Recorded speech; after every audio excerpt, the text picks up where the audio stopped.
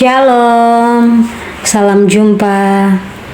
Pada kesempatan ini saya akan membahas salah satu fenomena sosial yang paling sering kita jumpai dalam berbagai setting kehidupan, salah satunya dalam setting sekolah. Dan fenomena itu adalah bullying atau yang biasa disebut dengan perundungan. Nah, kali ini saya akan menyampaikan materi tentang bullying dengan tema katakan tidak pada bullying. Nah, kira-kira apa itu bullying? Mari kita pelajari bersama.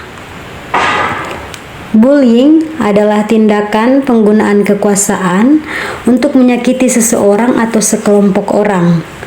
Bullying dilakukan secara verbal, fisik, maupun psikologis sehingga korban merasa tertekan, trauma, dan tak berdaya. Ada beberapa peran dalam bullying. Yang pertama adalah bullies atau pelaku bullying. Pelaku bullying adalah individu yang secara fisik atau emosional melukai orang lain secara berulang-ulang. Pelaku bullying biasanya agresif, baik secara verbal maupun fisik, ingin populer, sering membuat onar, mencari kesalahan orang lain, pendendam, hidup berkelompok, dan hendak menguasai lingkungan sosial di mana dia berada. Selanjutnya yang kedua adalah victim atau korban bullying. Korban bullying adalah individu yang menjadi target dari perilaku agresif. Yang ketiga, bully victim atau pihak yang terlibat. Pihak yang terlibat ini baik secara terlibat melakukan perilaku agresif, tetapi juga menjadi korban perilaku agresif. Dan yang terakhir adalah neutral, yaitu pihak yang tidak terlibat, baik terlibat dalam perilaku agresif ataupun terlibat dalam perilaku bullying.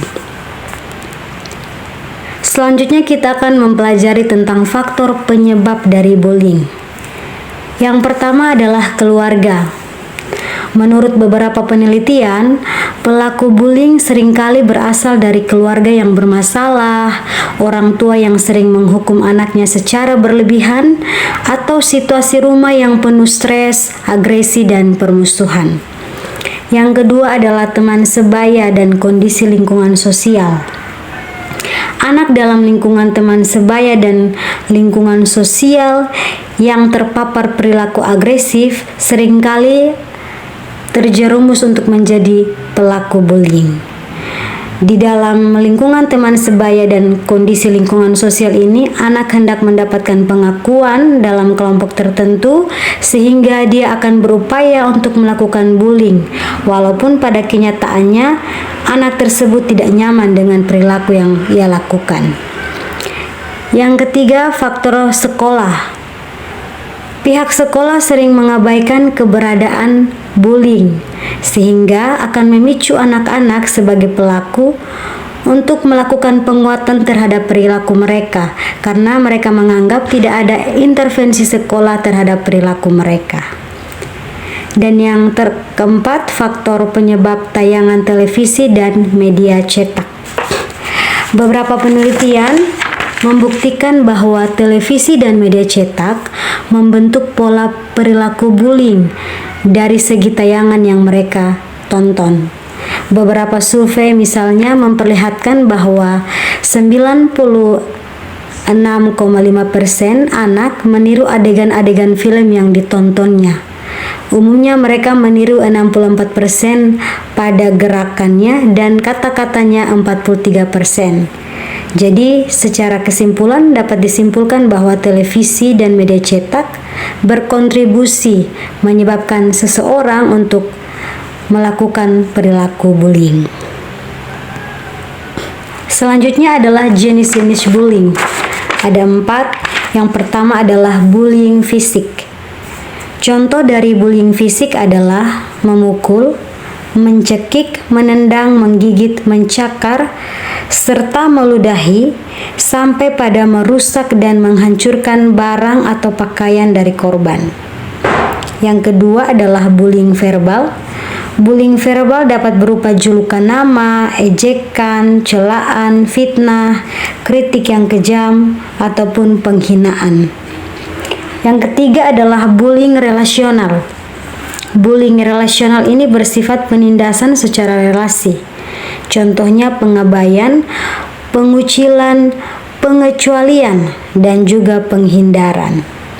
Dan yang terakhir adalah cyberbullying.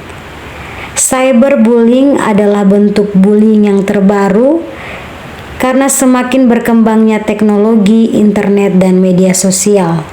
Contohnya adalah korban sering dibully lewat pesan, lewat WhatsApp, maupun diposting di media sosial.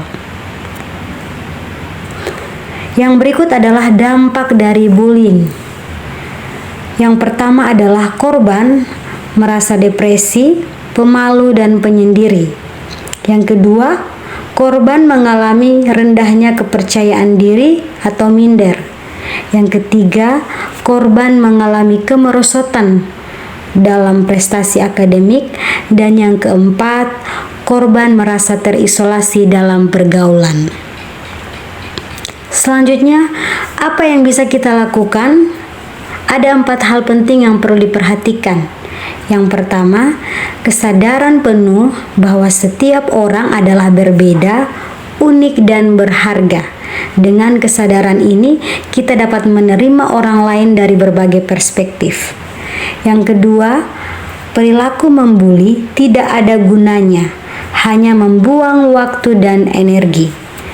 Yang ketiga, jika ada orang di sekitarmu yang dibully, maka beranilah bersuara dan jangan diam.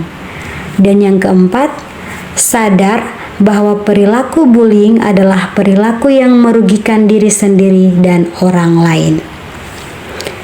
Sekian yang dapat saya sampaikan, semoga bermanfaat. Terima kasih sudah menyaksikan video ini. Sampai jumpa dan terima kasih. Kau bisa patahkan kakiku, tapi tidak mimpi-mimpiku. Kau bisa lumpuhkan tanganku, tapi tidak mimpi-mimpiku. Kau bisa merebut senyumku, tapi sungguh tak akan lama. Kau bisa merobek hatiku, tapi aku tahu obatnya. Manusia-manusia kuat, itu kita. Jiwa-jiwa yang kuat, itu kita. Manusia-manusia kuat, itu kita. Jiwa-jiwa yang kuat, itu kita. Kau bisa hitamkan putihku, kau takkan gelapkan apapun. Kau bisa runtuhkan jalanku, kan ku temukan jalan yang